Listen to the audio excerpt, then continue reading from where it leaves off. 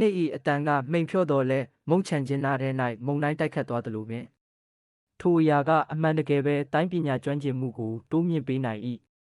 အနှဲငယ်ဘိုးကြလုံး၏တိုင်းပညာတွေကလေ့ကျင့်ဖို့ခက်ခဲပြီးအထူးသဖြင့်အဆင့်မြင့်တွေပင်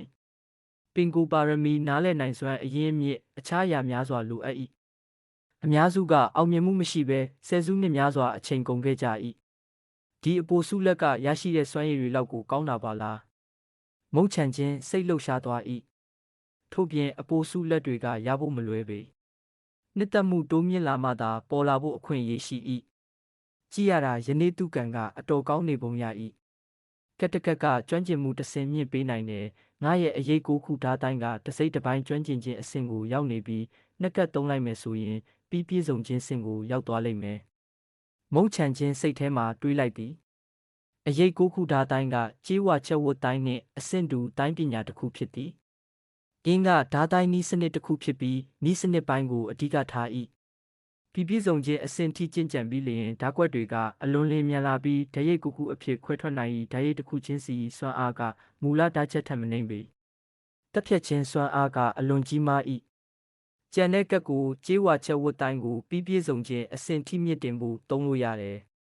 ပါဖတ်ပဲမုံချန်ခြင်းချက်ချင်းပဲအကောင့်ထဲပေါ်လိုက်၏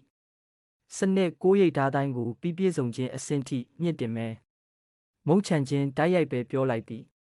တိုင်းပညာရေး၏အဆင့်ကိုအနိမ့်ပိုင်းအဆင့်လူသားအဆင့်တိမ်မွေ့အဆင့်မြေကဘာအဆင့်ကောင်းကင်အဆင့်ဟုခွဲခြားထား၏အဆင့်တစ်ခုချင်းစီ၌အဆင့်နှိမ့်အလယ်လက်အဆင့်မြင့်ဆိုပြီးရှိ၏တိုင်းပညာကျွမ်းကျင်မှုဆိုသည်မှာအမှန်တကယ်တော့ကျွမ်းကျင်မှုအဆင့်ကိုဆိုလိုခြင်းဖြစ်သည်စူးဝီနားလဲခြင်းစူးဝင်ရောက်ခြင်းတစိမ့်တစ်ပိုင်းကျွမ်းကျင်ခြင်းပြည့်စုံခြင်းအဆင့်တို့ဖြစ်ကြ၏ဒီ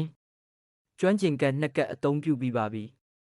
ထိုစကားတွေထွက်ပေါ်လာသည်နှင့်မရေမတွက်နိုင်သည့်အတွေးအမြင်တွေမုံချန်ခြင်းစိတ်ထဲမှပေါ်လာခဲ့သည်သူကရင်းတို့ကိုကြပြကရာနှင့်ဆုပ်ယူလိုက်၏ထိုအရာအလုံးကကိုရိတ်ဓာတ်တိုင်း၏မှန်ကန်သည့်အသုံးပြုမှုတွေပဲဖြစ်သည်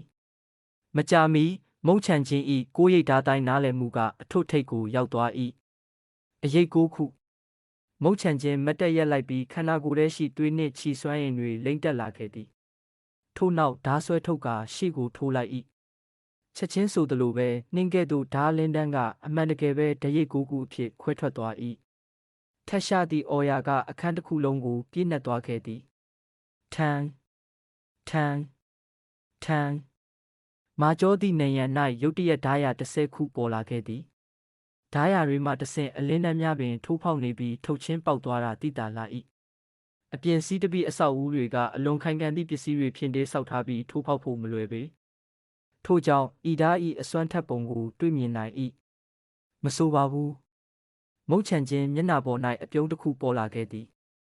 အရင်ကနှိရှစ်လျင်ကိုရိတ်ဓာတိုင်း၏စွမ်းအားကအရေးသွေးပိုင်းဆိုင်ရာခုန်တက်သွားခဲ့၏ဤဓာတိုင်းနှင့်ဆိုလျင်သွေးကြောပုံသွင်းခြင်းနယ်ပယ်အဆင့်ကိုကျွမ်းကျင်သူကိုတတ်ဖို့ကအလွယ်လေးပင်ဒါပေါ့တစ်ဖက်လူ၏တိုင်းပညာကျွမ်းကျင်မှုကပြည့်စုံခြင်းအဆင့်ကိုမရောက်မှသာဖြစ်သည်စနစ်ကြေးဝါချက်ဝတ်တိုင်းကိုအဆင့်မြင့်မယ်မုံချန်ခြင်းသူ့ဓာတ်ကိုပြန်သိမ်းလိုက်ပြီးနောက်ဆုံးကြံရှိသည့်ကျွမ်းကျင်ကက်ကိုအသုံးပြုလိုက်သည်ခရက်ရင်းနှီးသည့်ခံစားမှုတစ်ခုထွက်ပေါ်လာခဲ့၏သို့ပေမဲ့ဤတစ်ချိန်၌ပိုကြမ်းတမ်းလာခဲ့၏သူ၏ရုပ်ပိုင်းဆိုင်ရာခန္ဓာကိုယ်အပြင်းထန်တုန်ရင်နေခဲ့သည်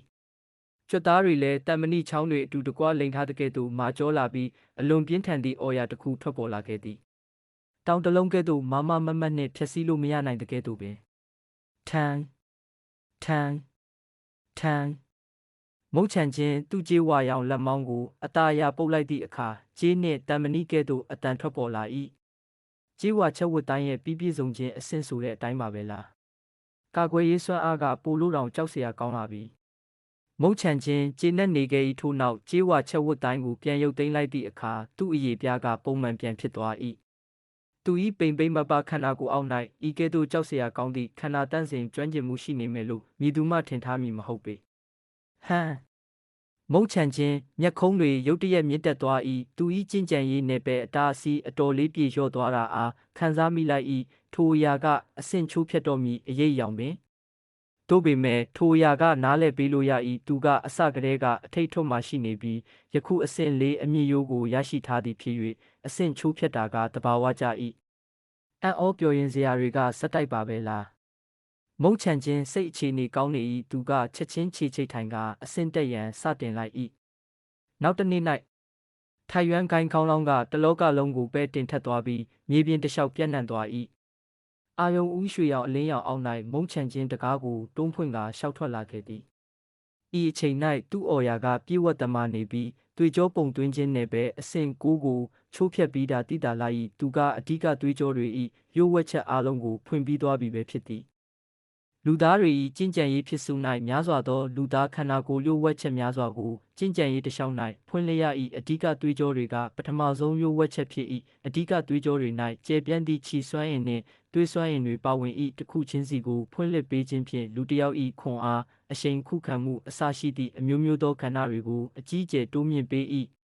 တိုင်းပညာကျင့်ကြံရေး၌စုစုပေါင်းအဆင့်9ဆင့်ရှိ၏သွေးကြောပုံသွင်းခြင်းနဲ့ပဲအစိုက်မဖွင့်ခြင်းနဲ့ပဲပင်လယ်ခွဲခြမ်းခြင်းနဲ့ပဲတာအိုဖန်တီးခြင်းနဲ့ပဲနတ်ဖျားရရှိခြင်းနဲ့ပဲတေးခြင်းရှင်ခြင်းနဲ့ပဲမှုမှတ်နဲ့ပဲဘယင်လန်းနဲ့ပဲတာလုံမြင့်မြတ်အဆင့်တို့ဖြစ်၏နောက်တစ်ဆင့်ကအစိုက်မဖွင့်ခြင်းနဲ့ပဲကိုချိုးဖျက်ဖို့ပဲမုံချန်ခြင်းအသက်ယူထုတ်လိုက်၏ထို့နောက်ခေါင်းနှဲငယ်မော့ကအတွင်းစီးရှိရာကိုကြည့်လိုက်၏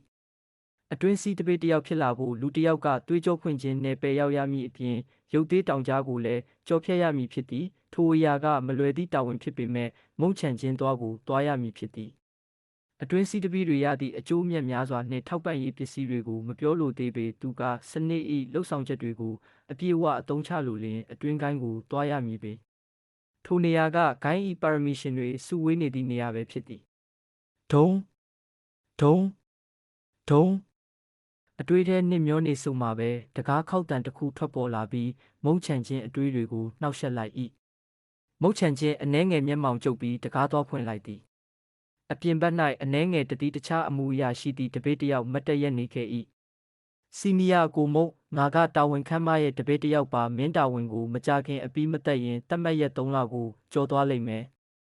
တပည့်ကရိုးတည်လေးစားစွာပြောလိုက်သည်ငါမေ့တော့မလို့ပဲမုံချန်ချင်းနားလဲသွား၏ဂိုင်းတပည့်တစ်ယောက်အနေဖြင့်ဂိုင်းထောက်ပံ့တွေကိုခန်းစားနေလျင်တတ်မှတ်ထားသည့်တာဝန်များကိုလည်းလှုပ်ဆောင်ရမည်ပင်ထိုအရာကဂိုင်းတာတန်တွေဖြစ်၏လူတစ်ယောက်က3လတစ်ကြိမ်တာဝန်တစ်ခုပြီးအောင်လုပ်ရ၏မဟုတ်လျင်အနာဂတ်၌အရင်းအမြစ်အထောက်ပံ့ကိုရပ်တန့်ခြင်းဒါမှမဟုတ်ဂိုင်းမှထုတ်ပယ်ခြင်းခံရမည်ပင်ဖြစ်သည်ထိုအရာကလေ့ကျင့်ခြင်းတစ်မျိုးလည်းဖြစ်၏မနေ့တုန်းကရှဟန်တာဝန်တန်းရှောင်ရင်ဒဏ်ရာရလာတာဖြစ်သည်တတိပေးလို့ကျေးဇူးတင်ပါတယ်မုံချန်ချင်းခေါင်းညိတ်လိုက်၏သူတို့ကအပြင်းစည်းတပိတွေဖြစ်တော်လဲသူတို့ကြား၌အဆင့်တန်းခွဲခြားမှုတွေရှိနေသေး၏သွေးကြောပုံသွင်းခြင်းနဲ့ပဲအဆင့်9အထက်တပည့်တွေကပိုများသည့်အကျိုးမြတ်တွေရ၏အဘယ်ကြောင့်ဆိုသောသူတို့၌အတွင်းကိုင်းဝင်ရောက်မည့်အခွင့်အရေးရှိသောကြောင့်ပင်ဥပမာခုလက်ရှိအတိုင်းများစွာသောသတင်းပို့သူတွေကိုစေလွတ်ကာသူတို့မမေ့အောင်တတိပေးခိုင်းတာပဲဖြစ်သည်တစ်ချိန်တည်းမှာပဲမုံချန်ချင်းလည်းတပည့်၏အခြေအနေကိုစုံစမ်းဖို့ထောက်လန်းရေးမျက်လုံးကိုအသုံးပြုလိုက်သည်ကံမကောင်းစွာပဲမြည်သည့်အရေးချင်းကောင်းမှမရှိပေတို့ပေမဲ့ထိုအရာကပုံမှန်ပဲဖြစ်၏အစစ်အမှန်ပါရမီရှင်တွေကအချိန်တော်ကြာကတည်းကအတွင်းကိုင်းကိုဝင်ရောက်သွားကြပြီပဲဖြစ်သည်ငါအတွင်းကိုင်းကိုမြန်မြန်ဝင်ရမယ်အသက်အနှဲငယ်ယူသွင်းလိုက်ပြီးမုံချန်ချင်းတကားပိတ်ကတာဝန်ခမ်းမသို့ဦးတည်သွားလိုက်၏